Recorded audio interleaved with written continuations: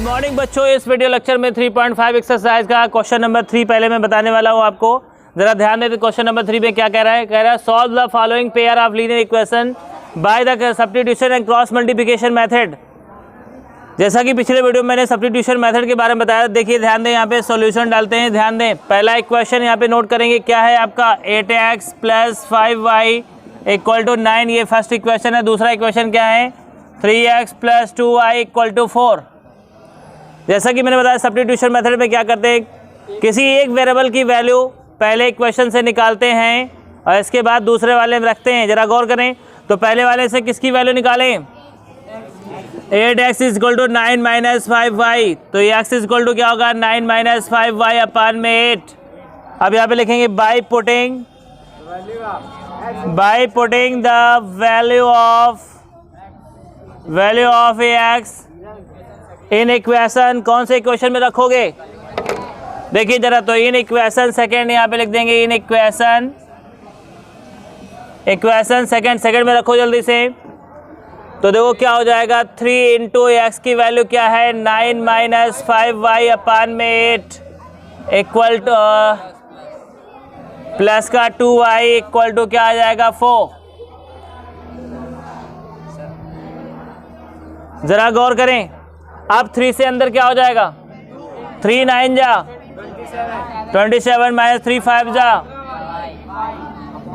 /8 plus का 2i था। यहाँ पे एलसीएम ले लेते। तो देखो यहाँ पे इसको जब सॉल्व करेंगे आगे तो देखो क्या हो जाएगा 27 - 15y, यहाँ पे एलसीएम हो गया 8, तो प्लस का 8 × 2 = 16y हो जाएगा = 4। अब यहाँ पे 1 में लिख करके क्रॉस मल्टीप्लिकेशन करेंगे। देखिए जरा, तो ये हो जाएगा। पहले तो इसको और थोड़ा सा सॉल्व करते हैं। 27 माइनस नहीं प्लस का y बचेगा क्योंकि 15y माइनस का है, प्लस का 16y है, 16y में 15y चले जाएंगे तो प्लस का y बचेगा /8 = क्या आया 4।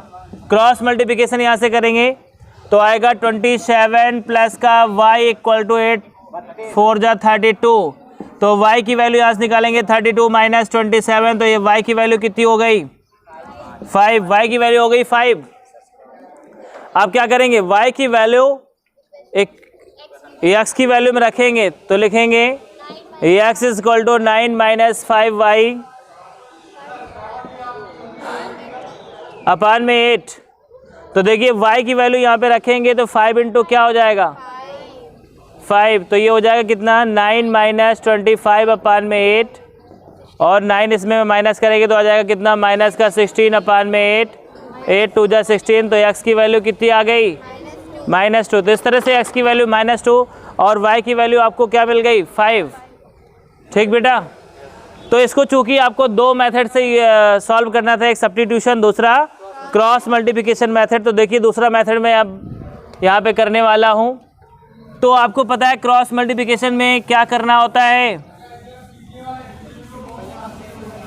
सबसे पहले कंपेयरिंग करने के बाद ही काम इसका शुरू होता है। देखिए जरा, ये इक्वेशन को स्टैंडर्ड फॉर्म में पहले बनाएं तो 9 इधर आके माइनस का हो जाएगा तो उधर बराबर में बचेगा 0। ऐसे यहाँ पे 4 भी माइनस हो जाएगा = क्या आ जाएगा 0, इस तरह से।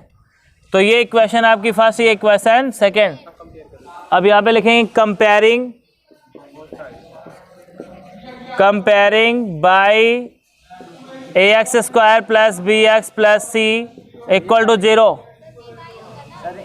सॉरी गलती हो गई, इसमें a1x + b1y हो जाएगा। एक मिनट दोबारा देखें, ax + by + c = 0। यहाँ पे 1 1 लगा देना, a1 b1 c1 हो जाएगा। ऐसे ही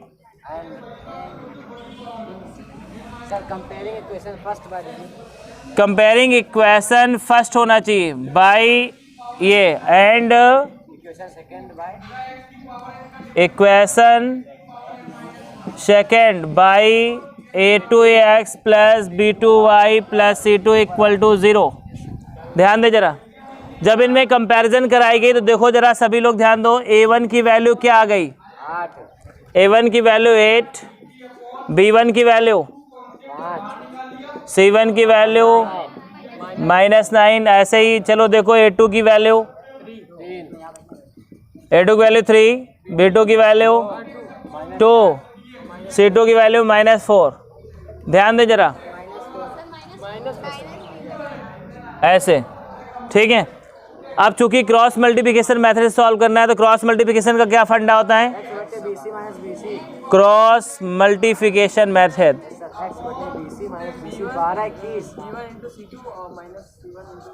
ध्यान दे जरा, ये फॉर्मूला ऐसे बनेगा, x अपान में b1 c2 minus b2 c1 equal to y upon c1 a2 minus c2 a1 equal to 1 upon a1 b1 minus a2 b, गलती हो गई यहाँ पे, a1 b2 minus a2 b1। इस तरह से ये क्रॉस मल्टीप्लिकेशन मेथड का फॉर्मूला होता है। अब इसी में वैल्यू रखेंगे हम लोग, तो ज़रा ध्यान दें, हमें ये वैल्यू की ज़रूरत है। इन वैल्यूज़ के अलावा जो भी है इसमें मैं पूरा साफ कर रहा हूँ।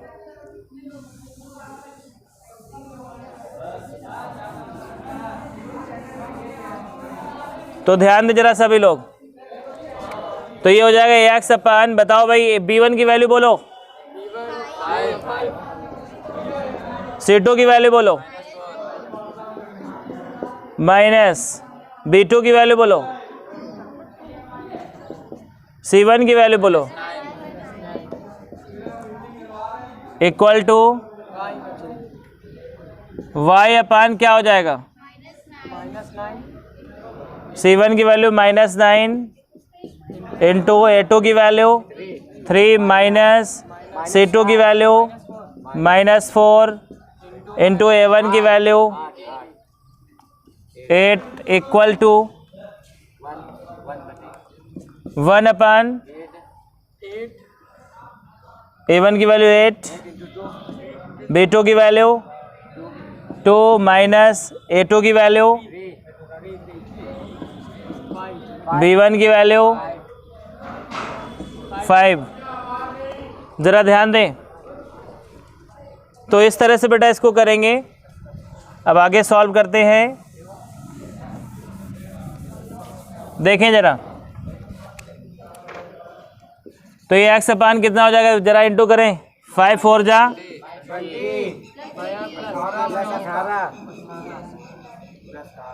इक्वल टू y अपान में क्या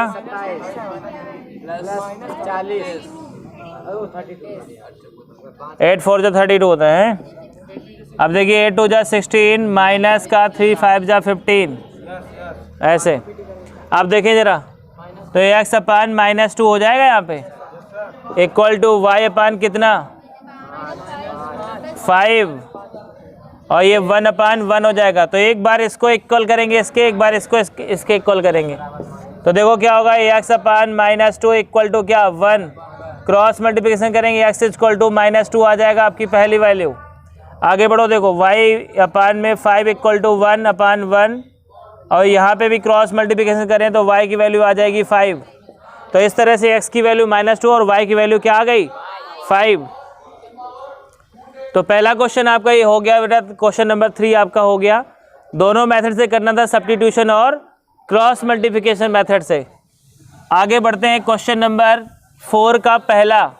क्वेश्चन नंबर 4 देखो क्या कह रहा है। सवाल कह रहा है कि form the pair of linear equation in the following problem and find their solution bye algebraic method, any algebraic method. मतलब यहाँ पे आपको लीनियर इक्वेशन बनानी है, उन इक्वेशंस को किसी भी मेथड से सॉल्व करके वैल्यू निकालना है। तो ज़रा गौर करें, पढ़ते हैं क्वेश्चन क्या कह रहा है, देखें। A part of monthly hostel charge is fixed and the remaining depends on the number of days. मतलब एक हॉस्टल में जो खर्चा है, पहली बात तो उसे एक फिक्स चार्ज लगता है, और दूसरी बात ये कि पर डे के हिसाब से चार्ज लगता है। काहे का चार्ज लग रहा है, मेस में भोजन करने का। देखिए लिखा हुआ है आगे, number of days 1 has taken food in the mess. मतलब कोई भी बंदा मेस में जिस हिसाब से जितने दिन का भोजन करता है, उस हिसाब से उसको 2 चार्ज देने पड़ते हैं, एक फिक्स चार्ज और एक नंबर ऑफ डेज के हिसाब से चार्ज, ठीक है ना। तो हम क्या कंसीडर करें यहाँ पे, let fixed charge be X and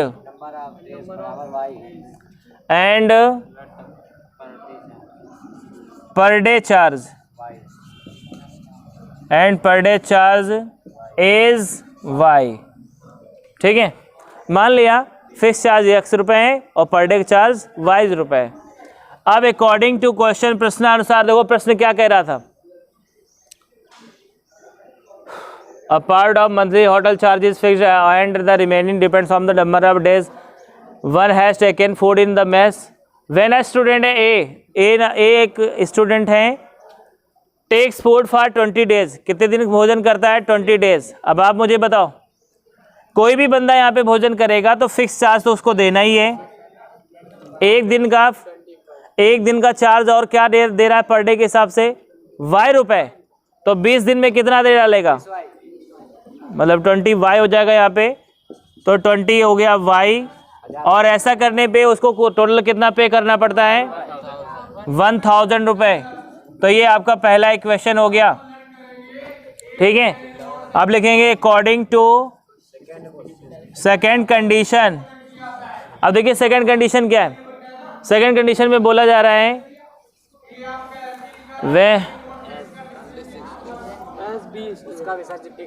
where as student B नाम का एक स्टूडेंट है, who takes food for 26 days, कितने दिन के लिए भोजन कर रहा है, तो देखो फिक्स चार्ज तो उतना ही देगा ना, और 26 का 26 वाई देगा, क्योंकि पर डे का वाई है कि नहीं। तो 26 दिन का कितना हो जाएगा, 26 वाई इक्वल टू कितना,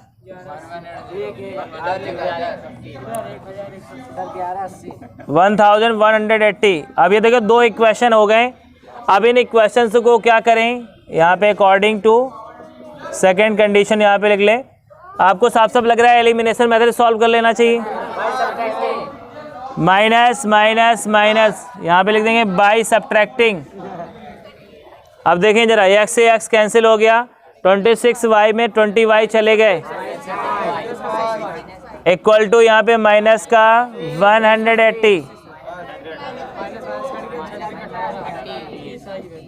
तो यहाँ पे y की वैल्यू कितनी आ गई बेटा, y बराबर 30 आ गया। अब y की वैल्यू फर्स्ट इक्वेशन में रख देते हैं, तो यहाँ पे लिखेंगे by putting the value of y in equation first में रखते हैं। चलो रखो भाई, तो हो जाएगा x प्लस 20 इंटू वाई की वैल्यू कितनी थी, 30 इक्वल टू क्या हो जाएगा 1000।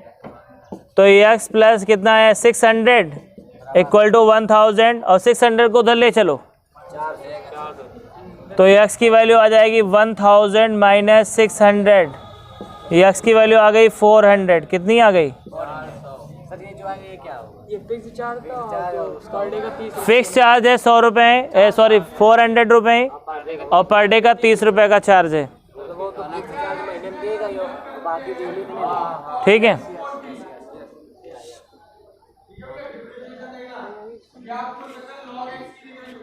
तो देखें बेटा, इसी का क्वेश्चन नंबर सेकेंड लिखा है फ्रैक्शन बिकम्स। इस सवाल में देखिए फ्रैक्शन की बात कर रहा है, तो मैंने आपसे बताया था पिछले वीडियो में कि अगर फ्रैक्शन की बात करेगा तो क्या करेंगे, बिना कुछ सोचे समझे आपको 3 स्टेप करने हैं। पहला स्टेप आप क्या करेंगे जल्दी बताएं, सॉल्यूशन में क्या करेंगे, सॉल्यूशन यहाँ डालेंगे, लिखेंगे लेट, क्या लेट करेंगे,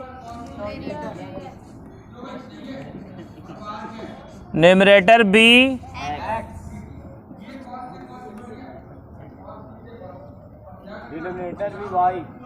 एंड डिनोमिनेटर by, तो फ्रैक्शन क्या हो जाएगी, x/y हो जाएगी। ध्यान दे जरा।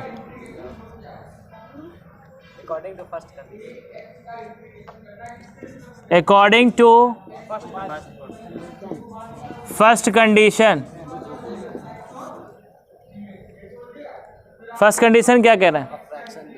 अ फ्रैक्शन बिकम्स 1/3। तो मतलब आपको यहाँ पे 1/3 लिखना है, इक्वल का साइन लगाना है।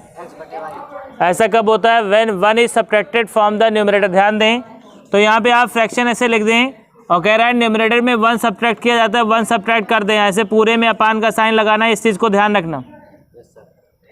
कोई भी सब्ट्रैक्ट या प्लस करने की बात करता है न्यूमरेटर या डिनोमिनेटर में, तो ऐसे प्लस या माइनस किया जाता है। ध्यान दें, इसने बोला न्यूमरेटर में 1 सब्ट्रैक्ट कर दिया जाए तो आपने जो फ्रैक्शन बनाई थी वही लिख करके न्यूमरेटर में 1 सब्ट्रैक्ट कर देंगे। ऐसा करेंगे तो 1/3 के इक्वल हो जाएगा। अब बताएं यहाँ पे क्या करेंगे?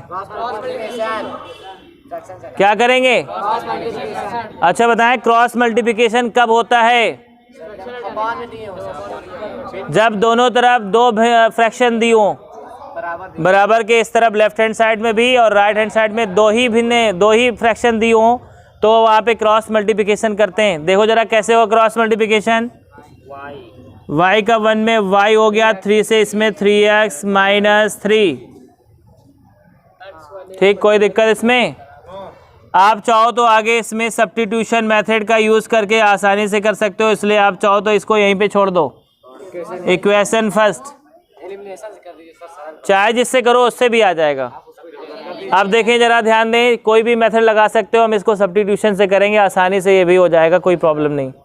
आगे देखें, अकॉर्डिंग टू सेकेंड कंडीशन, आगे पढ़ते हैं। देखो क्या कह रहा है, इट बिकम्स 1/2, मतलब 1/4, तो 1/4 लिख लें, इक्वल का साइन लगाएं, अपने आप यहाँ पे फ्रैक्शन लिख दें। अब देखो क्या किया जा रहा है, when 8 is added to its denominator, तो आप क्या करें, इसके अपान के साइन को थोड़ा सा बड़ा करें और डिनोमिनेटर में 8 ऐड कर लें, तो क्या हो जाएगा? y + 8। ज़रा ध्यान दें, अब यहाँ पे क्रॉस मल्टीप्लिकेशन क्यों कर रहे हैं? क्रॉस मल्टीप्लिकेशन, दोनों तरफ सिंगल सिंगल फ्रैक्शन है और फ्रैक्शन से निजात पाने के लिए, फ्रैक्शन हटाने के लिए हमें क्रॉस मल्टीप्लिकेशन करना पड़ता है। चलो जल्दी से करो। y + 8 = 4 से x में करेंगे 4x। आया समझ में? अब देखो y की जगह पहले इक्वेशन से 3x - 3 लिख सकते हैं, तो यहाँ पे रख दो 3x - 3 + का 8 = 4x। अब इसी को आगे सॉल्व करते हैं। ध्यान दो जरा, 3x को जाके 4x में माइनस कर देना और 8 में माइनस का 3 माइनस हो जाएगा, तो क्या हो जाएगा? 5 = x। तो x की वैल्यू 5 मिल गई। बोलो, अब x की वैल्यू किस इक्वेशन में रखना चाहते हो? फर्स्ट में लिख दो, तो लिखेंगे बाय पुटिंग, ये आपका काम है लिख लेना, by putting the value of x in equation first. चलो फर्स्ट में लिखते हैं, तो y = क्या होगा? 3x - 3 था ना यहाँ पे। देखो फर्स्ट इक्वेशन क्या थी आपकी? 3x - 3, तो y की वैल्यू देखो क्या हो जाएगी? 3 × x की वैल्यू क्या थी? 5 - 3, तो 5 3 = 15 - 3, तो y की वैल्यू 12 आ गई। नहीं आया समझ में? और जैसे फ्रैक्शन का नाम लेता है तो फ्रैक्शन ज़रूर बनाए। आपने फ्रैक्शन क्या बनाई थी? देखिए इधर फ्रैक्शन ही आपसे पूछेगा तो फ्रैक्शन ऐसे लिखना, और x/y होती चुकी है, तो आप x की वैल्यू ऊपर रखना 5 और नीचे 12। तो आपका आंसर क्या आ गया? अब मान लो आपके पास कोई आंसर शीट तो होगी नहीं वहाँ पे, तो आप आंसर भी मैच कर लिया करो। देखो क्या कह रहा है, फ्रैक्शन 1/3 हो जाती कब? जब न्यूमरेटर में 1 कम कर दो। देखिए 5/, कितनी थी? 12 थी। अब न्यूमरेटर में अगर 1 कम करेंगे तो 4/, क्या हो जाएगी? 12, और इसको 4 से काटेंगे, 4 × 1 = 4, 4 × 3 = 12। देखो 1/3 आ गई। इसका मतलब हमारा क्वेश्चन सही है। ठीक है, अब देखें क्वेश्चन नंबर इसी का अगला देखते हैं।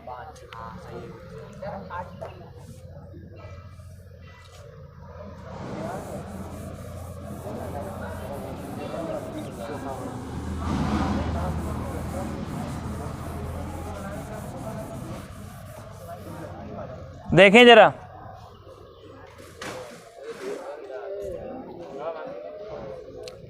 अब इसका क्वेश्चन नंबर 3 देखते हैं। कह रहा है यस स्कोर्ड 40 मार्क्स। यस नाम का लड़का है जो कि 40 मार्क्स स्कोर करता है। कब 40 मार्क्स स्कोर कर रहा है? In a test getting 3 marks for each right answer. उसको एक सही आंसर के लिए 3 मार्क्स मिलते हैं। और देखो क्या कह रहा है, and losing 1 marks for each wrong answer. और हर आंसर रॉन्ग आंसर के लिए 1 मार्क्स उसका काट लिया जाता है। ठीक है, तो हमने मान लिया कि उसने राइट आंसर x किए और रॉन्ग आंसर y किए। देखिए, लेट यस लेट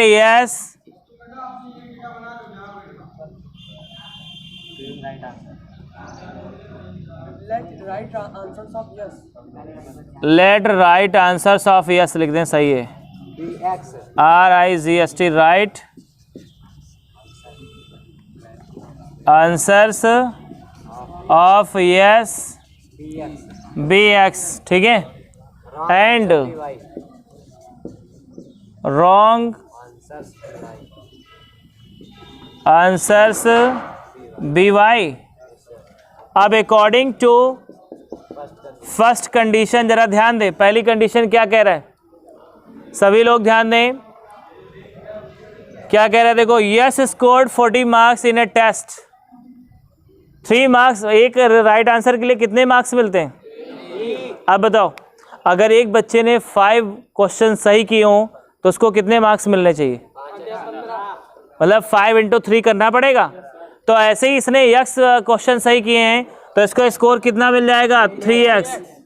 लेकिन कुछ तो गलत भी किए हैं ना, तो आप जानते हो एक क्वेश्चन का y, एक नंबर कट रहा है तो y क्वेश्चन का कितना कटेगा? 1 × y। जितना कटता है उसमें आपको y से इंटू करना है।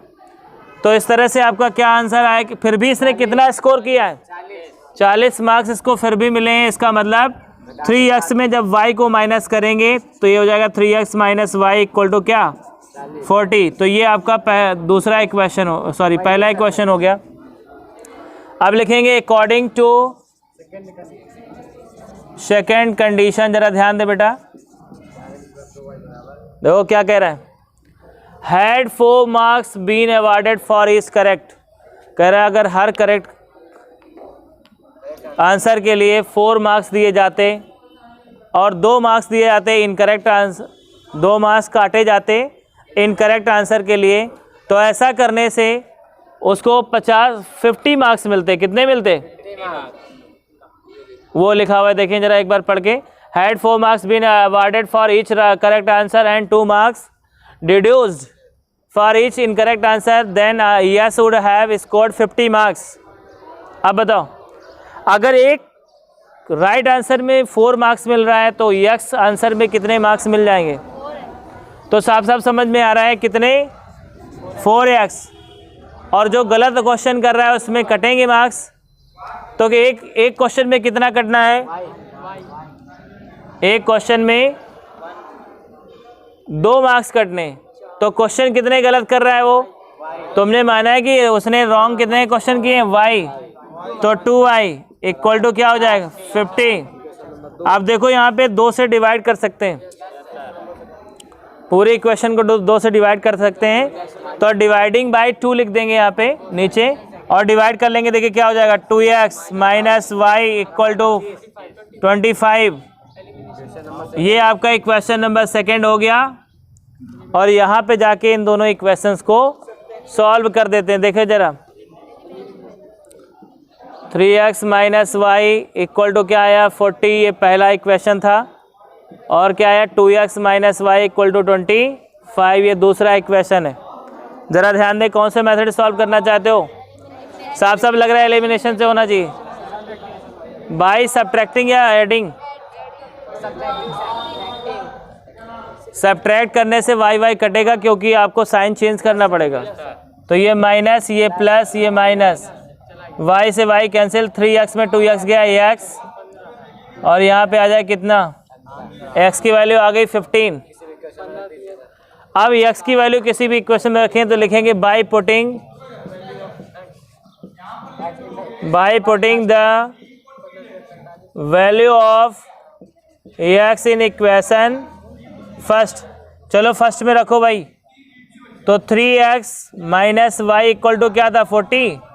ज़रा गौर करें यहाँ पे x की वैल्यू कितना रख दोगे, 3 इंटू 15, ये हो जाएगा 45 माइनस वाई इक्वल टू 40। तो माइनस वाई इक्वल टू क्या हो गया 40 माइनस 45, तो माइनस वाई इक्वल टू क्या आ गया -5। वाई की वैल्यू क्या आ गई 5। मतलब बंदे ने 5 क्वेश्चन गलत किए थे और 15 क्वेश्चन सही किए थे। अब अपनी पहली कंडीशन को हम देखते हैं कि सही है कि नहीं। हमेशा याद रखना, इस तरह क्वेश्चन आया तो ये जरूर चेक कर लेना सही है कि गलत। चलो पहली कंडीशन देखते हैं, कितने क्वेश्चन सही किए। तो 15 3 जा कितना होता है 45, और कितने गलत किए 5। एक में एक नंबर कट रहा है तो 5 नंबर कट जाएगा तो 40 आएगा। देखो उसके पास टोटल सम कितना था, पहली कंडीशन में 40 था ना, कहाँ गया, ये है कि नहीं। आप चाहो तो दूसरी कंडीशन भी कर सकते हो, वो भी आ जाएगा, बाकी आप कर लेना। तो आगे देखते हैं।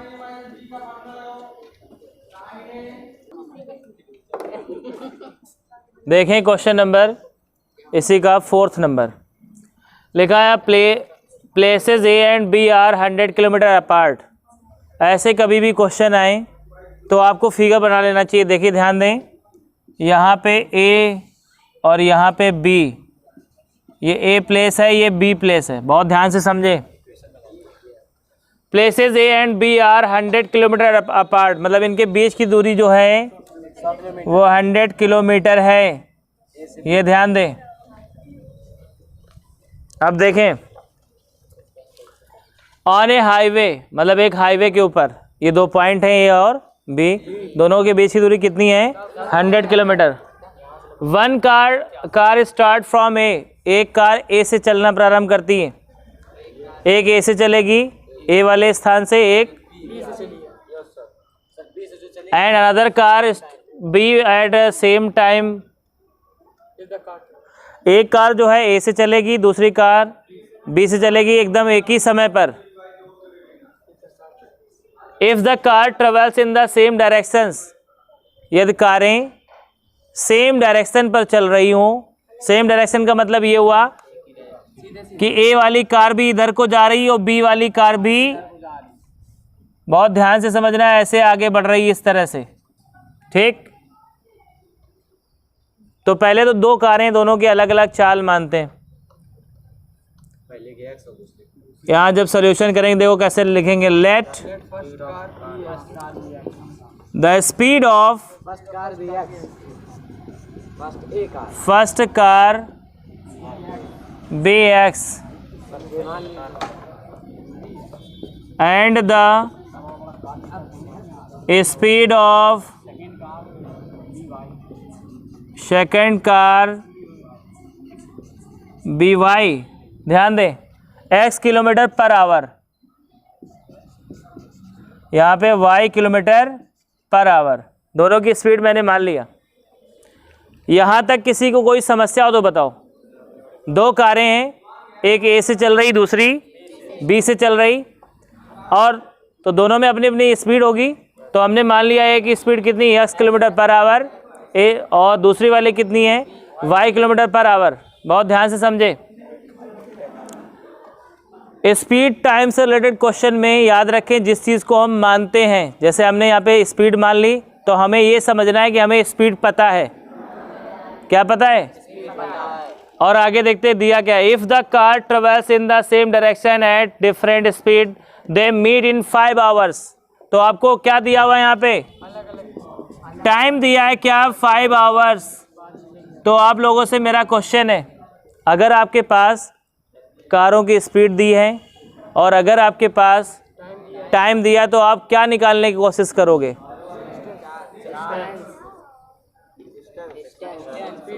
स्पीड ही आपकी चाल होती, कार की चाल दी गई है, दोनों कारों की चाल दी है और दोनों के लिए टाइम भी बताया गया 5 घंटे चलें। अब देखो ध्यान से सुनो, ये कार भी इधर को जा रही है, ये कार भी इधर को जा रही है। अब होता क्या है जरा ध्यान दें, जब ये 5 घंटे तक चलती हैं तो दोनों कार आपस में मिल जाती है।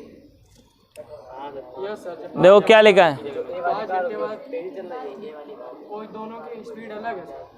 दे मीट इन 5 आवर्स, मतलब 5 घंटे में मिल जाती है। तो यहाँ पे आके एक देख लीजिए, ध्यान दीजिए जरा, यहाँ पे एक सी नाम का प्लेस है, जिस प्लेस पे दोनों आके मिल जाती। अब हमारी बात ध्यान सुनना, यहाँ पे हम डिस्टेंस निकाल रहे हैं, क्योंकि हमारे पास ऑप्शन में सिर्फ डिस्टेंस बचा हुआ है, क्योंकि हमने स्पीड मान ली है, टाइम उसने दे दिया है, तो हम क्या निकाल सकते हैं, ऐसे लिखेंगे, the distance of first car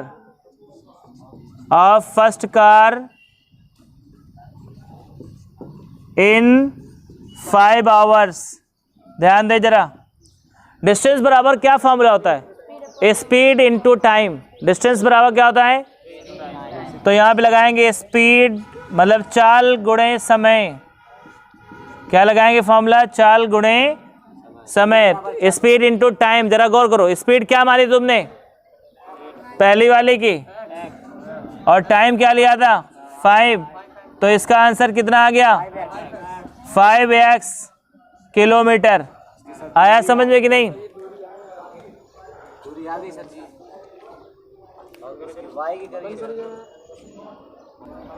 देखो अब आपको फिगर में देखना है। अब मेरा आपसे क्वेश्चन है, आपने कहा दोनों कारें यहाँ पे मिली है ना, सी पॉइंट पे, दोनों कारें जब वहाँ से चली तो दोनों कारें सी पॉइंट पे मिल गई। तो बताओ, आपसे मेरा क्वेश्चन है, 5 घंटे में इन्हें कितना चला, पहली कार ने कितना चला, पूरा यहाँ से लेके यहाँ तक की डिस्टेंस चली कि नहीं चली? यहाँ पे दोनों की मुलाकात हुई ना, तो ये पहली कार ने यहाँ से यहाँ तक कितना चल गया, यहाँ से पूरा सी तक चला ना पहली कार ने। तो पहली कार की डिस्टेंस क्या हो जाएगी, 5x, और ये 5x डिस्टेंस पूरी ये होगी। नहीं आ रहा है समझ में भाई? आप देख रहे हो पहली कार ए से चलना शुरू हुई थी, तो वहाँ सी तक पहुँचने के लिए उसको ऐसी डिस्टेंस चलनी पड़ेगी कि नहीं चलनी पड़ेगी? तो आप ऐसी डिस्टेंस को यहाँ पे 5x लिख देंगे। कोई समस्या?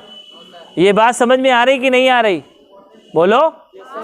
कार ए की, पहली वाली कार की चाल x थी, समय 5 घंटे वो भी लेती थी, तो हम क्या निकालेंगे, डिस्टेंस। और डिस्टेंस हमने यहाँ पे लिखा है कि सी पे ज्वाइन कर रही है, सी पे आके मिल रही थर्ड पॉइंट पे 5 घंटे के बाद। तो इसका मतलब दोनों कारें यहाँ पे पहुँचेंगी, तो पहली वाली भी पहुँची होगी, तो पहली वाली को कितना चलना पड़ा होगा, यहाँ से लेके पूरा यहाँ तक चलना होगा। इसका मतलब ये पूरी डिस्टेंस कितनी होगी, 5x। इतना समझ में आया कि नहीं? अब देखो लिखेंगे the distance of second car in 5 hours. देखें जरा, इसमें भी फॉर्म लगाएगा, स्पीड इंटू टाइम। स्पीड कितनी है इसकी, y इंटू टाइम कितना, 5। तो ये 5y किलोमीटर हो जाएगा, क्योंकि आपकी स्पीड किलोमीटर पर आवर में दी थी, इसलिए किलोमीटर में आंसर आएगा। बोलो आएगा कि नहीं? अब जरा गौर करो, अब बताओ, फिगर में ध्यान दें, दूसरी वाली कार कहाँ से चलनी शुरू हुई थी? आप बताओ, B से चलोगे कहाँ तक? दूसरी वाली कार ने B से C तक चला था ना, तो ये डिस्टेंस कितनी हो जाएगी, 5y। कितनी डिस्टेंस होगी? आया समझ में?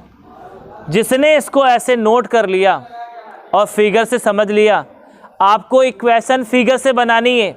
अब लिखेंगे अकॉर्डिंग टू क्वेश्चन, और फिगर से ही इक्वेशन बनाएंगे। जरा देखो, ऐसा लग रहा है यहाँ से यहाँ तक 5x, उसमें घटा दें 5y, तो क्या बचेगा?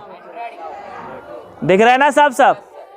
मतलब पहली कार ने यहाँ से यहाँ तक चला, उसमें अगर दूसरी कार द्वारा चली गई डिस्टेंस को माइनस करें, तो हमें क्या मिलना चाहिए, 100 किलोमीटर।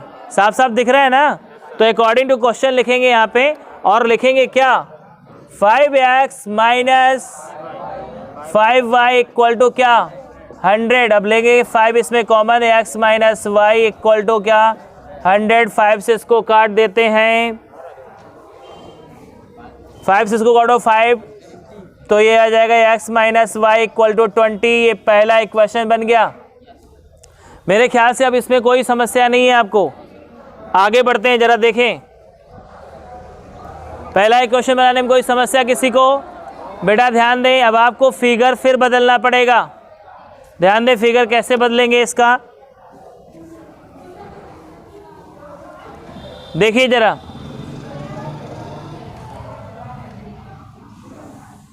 फिगर को चेंज करना पड़ेगा बेटा। एक बार दोबारा इसको बनाते हैं, देखिए जरा।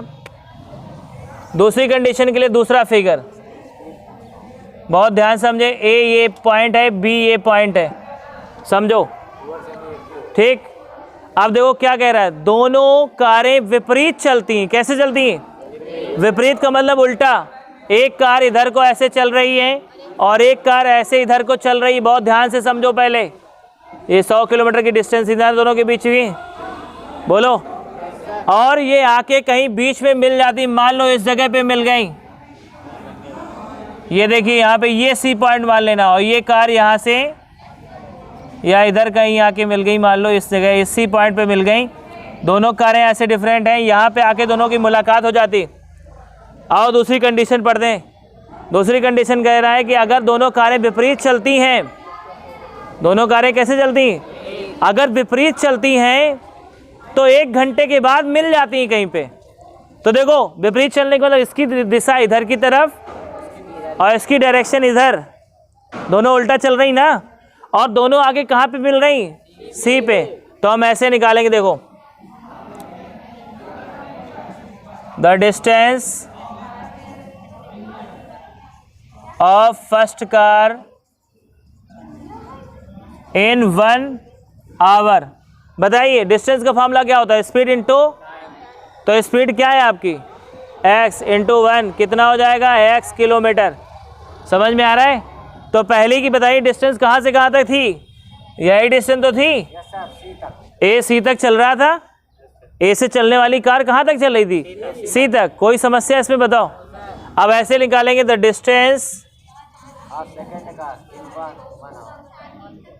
Distance of second car in 1 hour equal to क्या है? y into 1। Speed into time लगाएंगे इसमें भी, तो ये क्या हो जाएगा? y kilometre. बच्चों ध्यान दो, दोनों से मैंने डिस्टेंस निकाला, तो ये क्या आ गया? y kilometre. अब बताओ, इसी फिगर को देख के आपको इक्वेशन बनाना है। देखो ये पूरी डिस्टेंस का प्लस पूरा 100 नहीं दिख रहा है आपको? तो क्या हो जाएगा यहाँ पे? अकॉर्डिंग टू क्वेश्चन, जरा ध्यान दे, x plus Y equal to क्या? 100। ये इक्वेशन नंबर सेकेंड। जब भी ऐसा कभी कोई क्वेश्चन आए, हमेशा फिगर अलग अलग बनाना और आपको अपने आप कंडीशन मिल जाएगी। आपको ज़्यादा दिमाग लगाने की ज़रूरत नहीं है। समझ में आ रहा है? तो देखें इक्वेशन नंबर सेकेंड हो गई। अब पहले इक्वेशन को इसके नीचे उतार लो और इसको सॉल्व करो जल्दी से। कौन सा मेथड लगाओगे? y से y कट गया, 2x बराबर क्या आ गया? 122 से इसको काट दो, कितना हो जाएगा? 60। x की वैल्यू हो गई 60 किलोमीटर पर आवर। ये किसकी चाल हो गई? फर्स्ट वाले की। अब सेकंड की स्पीड क्या आएगी? अब x की वैल्यू पहली इक्वेशन में रख लो, रखो भाई।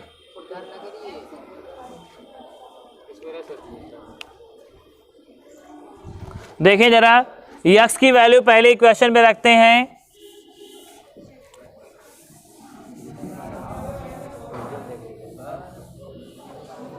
देखें पहले इक्वेशन में क्या है? x की वैल्यू कितनी थी? 60 माइनस वाई इक्वल टू 20। तो माइनस वाई इक्वल टू क्या? 20 माइनस 60। तो माइनस वाई इक्वल टू क्या आ गया? माइनस का 40। तो y की वैल्यू क्या आ जाएगी? 40 किलोमीटर पर आवर।